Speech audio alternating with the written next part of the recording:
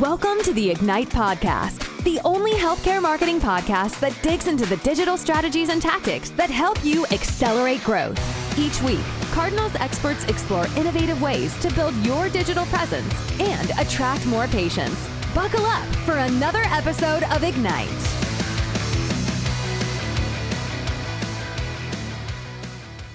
What's going on, everybody? I'm Alex Memrbillo, the CEO of Cardinal Digital Marketing. I've got Rich Briddock. He's our SVP of Performance Marketing here at Cardinal. He's been with me nearly a decade and has helped some of the biggest groups in healthcare, small ones too, but some of the biggest groups in healthcare scale through performance media. He also heads up our conversion rate practice and analytics.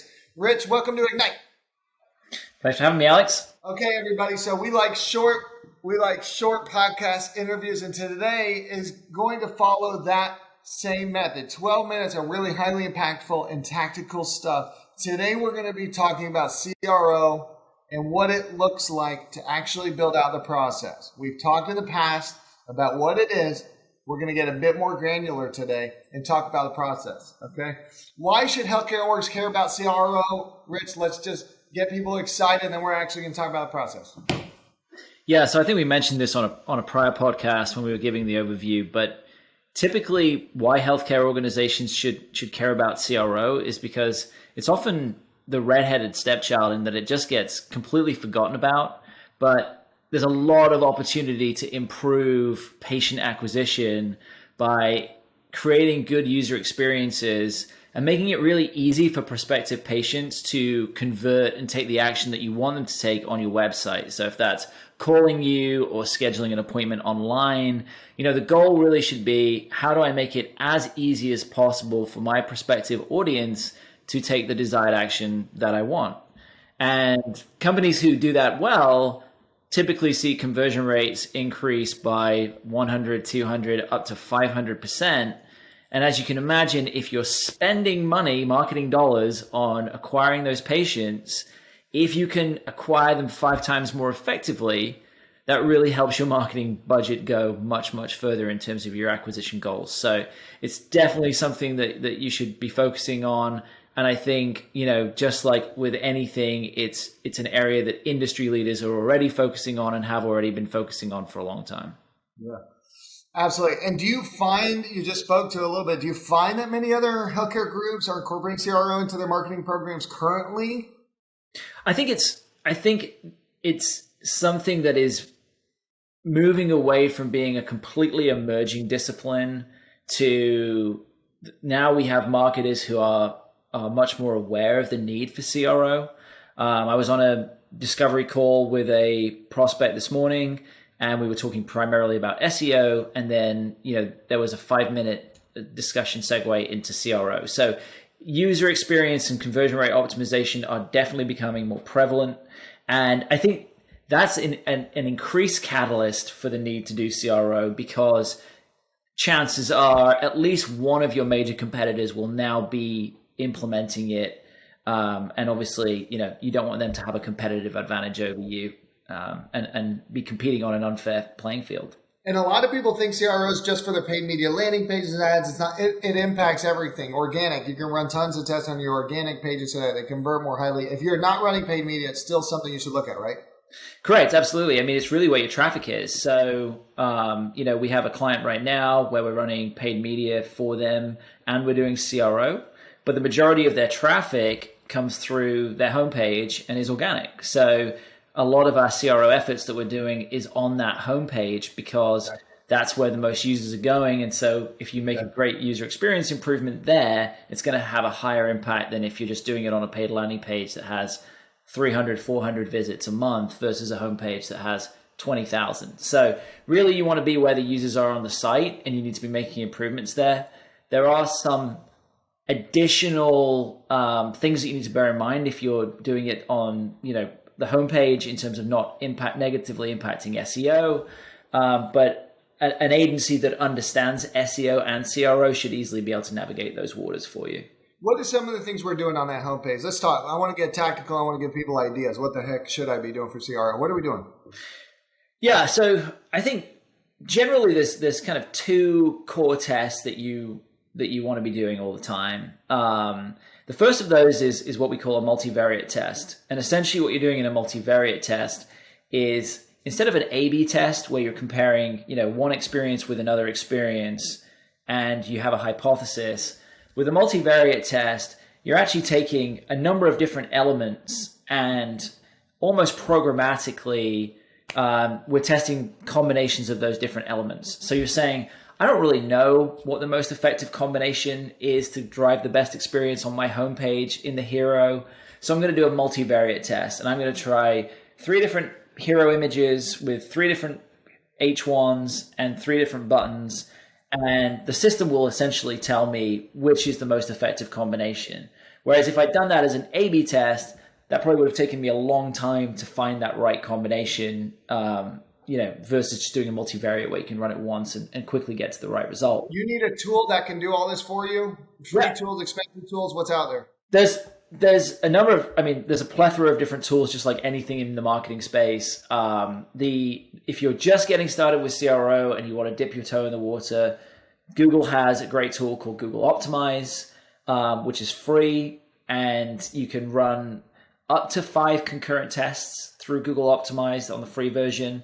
There are some limitations, but by and large, for sort of 90% of small businesses, I think Google Optimize is a fine choice.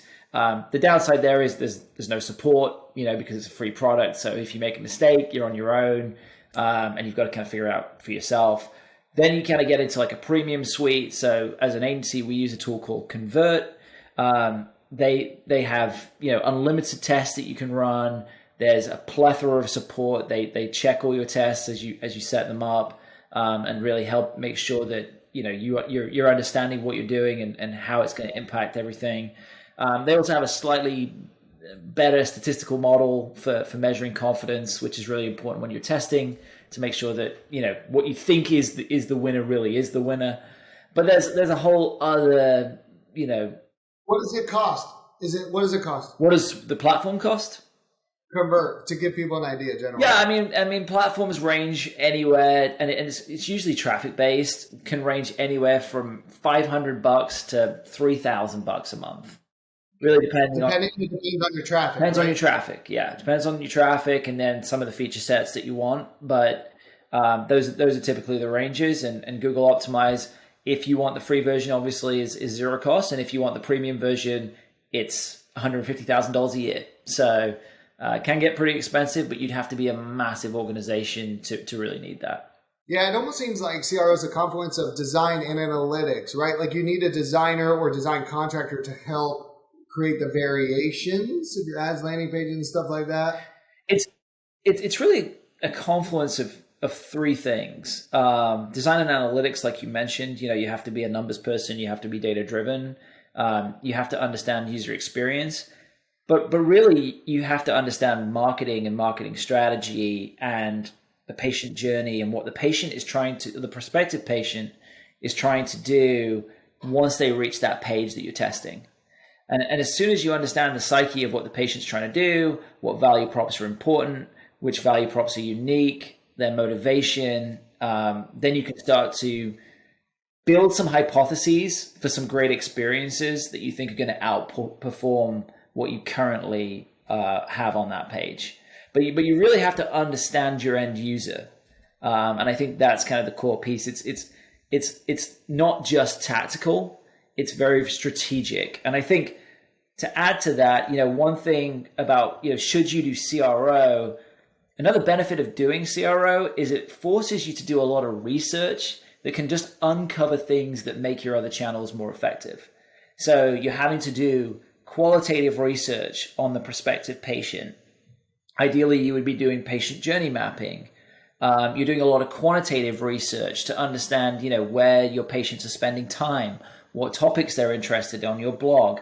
All of these kind of things that you're mining data from to get a much richer understanding about your prospective patient, which you can then utilize through other channels, right? How you talk to people through paid social ads, how you talk to them through your PPC ads, what blog topics you should be writing, or email newsletter.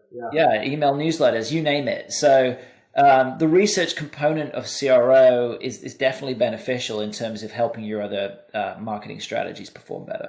What are some of the other things we're tweaking? You mentioned a few of them, just to give people an idea. What are some of the things you're tweaking on a site in the conversion rate practice that we're doing? Give them all the options, like different things. Different things to test, yeah. So there's A/B tests, which are just, you've got your current page, and then you have an idea on how you can improve it. And so you create that page that's got that idea implemented, and you test them against each other to see which is most effective. That's probably the simplest type of test you can run. Then you've got the multivariate, which I mentioned. You've also got split URL tests. So it's like, well, I'm going to do a test where I route 50% of traffic to one experience on one page, and I route 50% of traffic to a different page, and see, which pages are most effective at driving the end result that I want to see. So should I send traffic to a blog, or should I send traffic to a landing page? If I'm trying to drive phone calls, well, chances are it's the landing page, but you could essentially do a split URL test like that. And then the other thing that isn't necessarily a test per se that we like to run is something called personalization.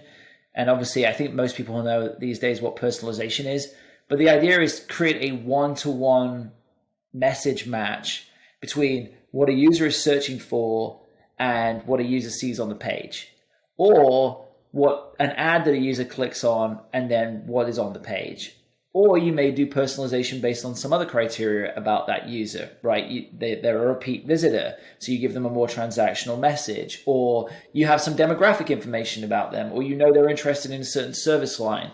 So personalization, again, is trying to help the user get to the most pertinent information quicker. Okay. How long does it take to run a good test? Really depends on how much traffic you have to that page. Typically the rule of thumb is if any test that doesn't have at least 300 to 350 conversions, you're not really that interested in the results of that test, because it could be an outlier. So that's kind of what you're looking for in terms of test numbers, is about 350 conversions. So really think about like how long it would take you to get to that number. Obviously, if you've got a homepage where you've got 100,000 sessions a month, it's probably pretty easy to get to 350 conversions quite quickly. But average test duration in terms of what we've seen, 2 to 4 weeks, sometimes longer, sometimes 6 weeks. Really depends on that traffic volume. But the nice thing is there are calculators out there that you can punch in ahead of time, which will kind of give you an estimate of what test duration needs to be, depending on how confident you want to be. Biggest roadblock groups will run into running tests they should be aware of, get ahead of now? It's knowing what to test, honestly. The biggest roadblock is knowing what to test. So on average, 8 out of 10 tests fail. They do not produce winners. And so the biggest roadblock is having a good research system, good research process to generate some very sound hypotheses for tests. Because otherwise what happens is you're like, well, I just need to test. I've been given this mandate to test by my boss, and you run out and you're like, what's the easiest thing I can test? All right, I'm going to change the button color, or I'm going to change the headline.